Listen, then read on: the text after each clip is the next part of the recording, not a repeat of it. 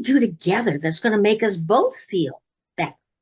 Rather than trying to make the choice of hiding your own feelings and emotions while trying to deal with theirs, that's an imbalance. It doesn't work. Mm-hmm. But it's time to call it like, okay, we've got a problem. I'm starting to get frustrated, and I know you're frustrated. Let's think, what can we do to calm down both of us?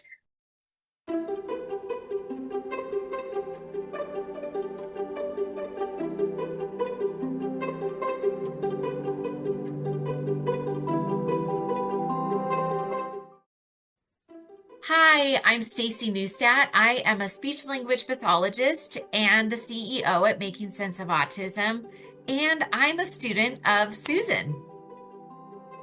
And I'm Susan Golubock. I am a now retired occupational therapist who has worked many, many years after I discovered even my own autism with other autistic individuals. I founded Making Sense of Autism because of my passion to not only understand my brain and how it worked differently, but to try to explain what I've learned to other people so that they're more understanding and therefore more accepting and more accommodating to autistic individuals.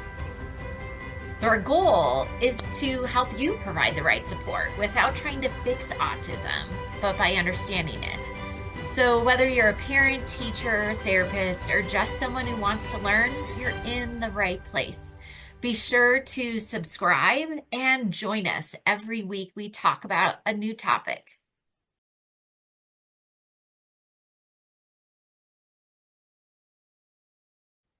I know as a therapist, I want to be a therapist who can remain calm and be there for the individual I'm working with. And as a parent, I definitely am not as calm as I can be in my therapy sessions. Definitely a change I want to shift at home. But I know that we sometimes get frustrated. I've definitely been there. And I definitely, if my client is getting escalated, I literally have to take a deep breath.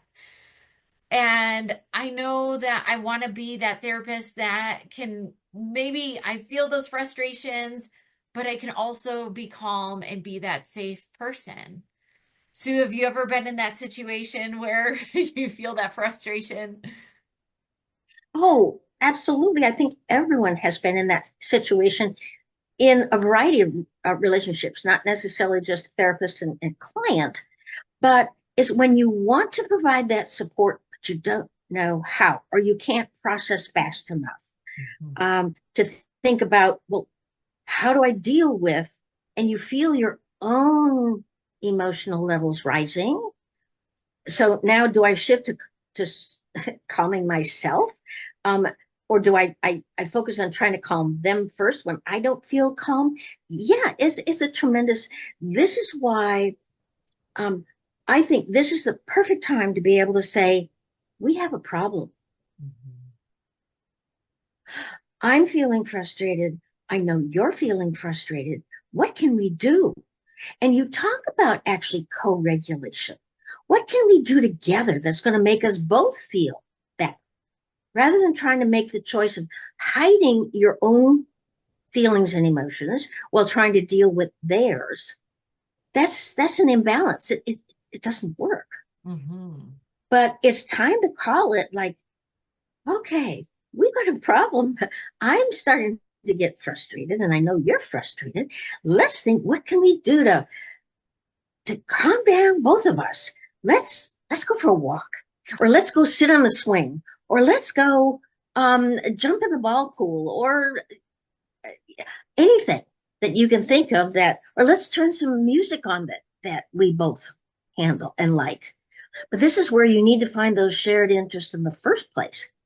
There is a form that I created that talks about what calms you down, what kinds of sounds, what kinds of touch, what kinds of all, and select the ones that work to calm you down. Well, then, as a therapist, you should fill that form out too. Mhm. So, and then compare it to your client. and say, oh, we both find this particular kind of music calming, or this kind of activity particularly calming. So then you're not frustrated because you want to support but don't know how. You know how. You've already figured it out before. So you know what to do. You've anticipated moments like this are going to come up. And you've got a plan.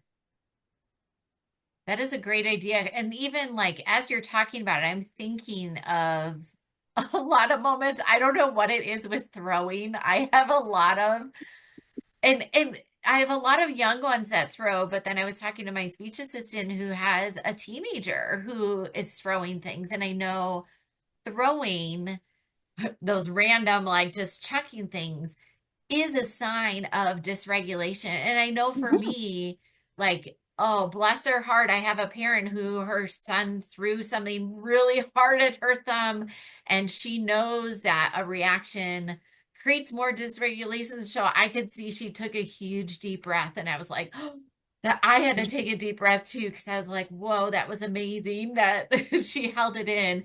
Because we are feeling all kinds of like, I know in the past, if a kid threw something at me, like I would get really frustrated because it like is a trigger reaction. And that's usually what Yeah. it is we're getting triggered. So we're getting frustrated.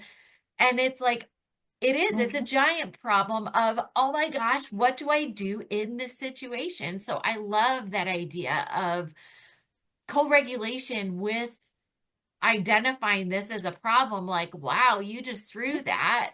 That this is a problem right now. How are we Yeah. both going to regulate? Yeah. And if you feel the need to throw, I mean, that's your way of releasing tension. Well, then let's do it in a way that's acceptable to both of us, i.e., let's find a cushion or a mat or something that we can throw objects at. It's not going to hurt anybody. I will join you. Let's do it until we got it out of ourselves. Mhm. Okay. So you join them in whatever it is their way of expressing. If making that shift to something else is hard for them because all they want to do is throw, well, then let's throw, but let's get it out. And now what you're doing is they're teaching coping skills. You know what? If you do it in a constructive way, this does, if people get their anger out, many people get their anger out by hitting or throwing. Oh yeah, there's smash rooms where people go and literally smash things. Yes. So find a constructive way to be able to do it that says, okay, if this is what you need, I'm going to join you, but don't target me. Let's target that wall or that map or something and get it out of ourselves. And then when we're calm, we'll try to solve the problem as to what brought this on in the first place. Yeah. But you got And to co-regulate first before you can you do, problem solve. and I think that feeling that a lot of us that gets triggered within us is and even our clients that we work with is that frustration is a sign that something that we're doing something wrong. Like we Right, shouldn't right. feel frustrated. And so then we've got this tension of Mhm. we're frustrated and then kids can feel that so they don't feel Uh-huh. safe. So Yeah. then everything starts to escalate. And so you're basically telling us how to get back in homeostasis, how to get that balance back so that we're not so frustrated and the kid doesn't feel safe. We co-regulate, create that space of safety of, wow, let's calm together. And holy Mm-hmm. cow, what a huge difference that's going to make in our sessions. Huge Yeah. difference. I mean, and now what they're also seeing is that, okay, you can have strong, these kind of feelings too. Yeah. As an autistic, I always thought neurotypical people I put them on a pedestal. They knew everything, they could do everything. All I know is that they could do more and better than I was doing, apparently. Um, and so I put them on a pedestal and expected that they would know everything, they could do everything. Well, they never, how many people do you ever say that admit, I don't know? Oh, yeah. Or, or I don't have an answer for that, or I don't know what to do. People, because they're protecting their own vulnerabilities, don't like to admit. Yeah. those things. And so, therefore, an autistic who's very literal and concrete is going to believe because they never admit that they don't know or that they can't handle things or that they have problems. Yeah. So, unless you admit to actually being human and like them, they're going to feel that they're always going to feel like they're the bad person and they're angry at you because you're not understanding them. And then you take it personally and get upset with them for blaming you. Mhm. And that is what feeds that double negative dysregulation in both of you. But if you can keep it a lot more simplistic, especially by doing that evaluation form ahead of time, hey, Yeah. let's both fill this out just in case we ever need it. What it is that works for you that stimulates you and calms you. And I'm going to do the same thing, and we're going to compare and see what works for both of us, just in case we need it. I love that idea. So, well, I'll drop the link it's a balanced arousal form. And it is a checklist that you can fill out if you are supporting little ones like an early intervention or autistic individuals that need more support in the area of language. You're going to do more observation of what appears to arouse and calm and ask parents as well. This is where you kind of become a detective. And I love when my parents become detectives. In my last session, I had a parent who discovered that while the arousal looks the same, the reason for the arousal can be different. He might do the same arousal if he's tired versus when as well as when he's sensory. So she has to think about, okay, what did he just do before? Oh, this arousal is because he's tired. Mm. Or he's been sitting all day. This arousal is because he's sensory seeking. So we do all have to become detectives, and I love that as a problem solver myself. I love that when my peers figure that out. But I'll drop that in the link below. But I highly recommend. I love that idea, Sue, of us filling it out as providers and the individual filling it out or filling it out with the parent. It sounds wonderful because we all lose our patience. Again, I wish I could be my goal is to be as patient at home as I am in my, 30-minute or 1 hour therapy sessions. Because I definitely can hold and regulate more there. But we all lose our patience. But if you want to be that therapist who problem solves and stays in that homeostasis, then problem solve with your client and figure out what activity is going to bring you both balanced again. And that is going to feel so much better coming out of the session. Yeah, having a plan in advance means you recognize, uh-oh, here's what we planned for. It's happening. Yeah. You know what to do Yeah. because part of your frustration is not knowing how to deal with it. Yeah. I want to share a story. And actually, I feel like this has probably happened a few times in over my 20 years. I have had clients who I'm sure I triggered because knowing like, yeah, if a client escalates, usually it's we're either asking them to do something that and not providing the support they need, or they weren't regulated and we missed those signs.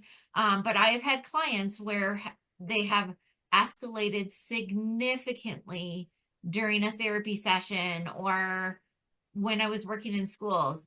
And I have been at that point where I walk away and I literally just bawl. And I know it's because I got so dysregulated in that moment where I should have regulated myself in that moment, taken deep breaths, not taking it personally, and so that I could co-regulate. And I think the piece that has always been missing is being okay with that idea that I can take a deep breath. Hey, I'm frustrated right now because this kid is doing whatever and I don't know how to help him. The best way I can help him is by me just taking a deep breath first and recognizing their struggle and then co-regulating. Mhm. Which is why that automatic phrase, uh-oh, we have a problem, Yeah, gets your attention to the fact that we need to deal with it. You get their attention. We do? What's the problem? And you say, well, you feel this way, and I'm starting to feel this way. What should we do about it? That immediately shifts both of you from the emotional part of the brain to the cognitive thinking part of the brain, which is the master inhibitor. Now you've automatically calmed down because you've helped them to shift from feeling to thinking. absolutely. Oh, great advice as usual. Thank you, Sue. Okay, thanks for asking, Staci.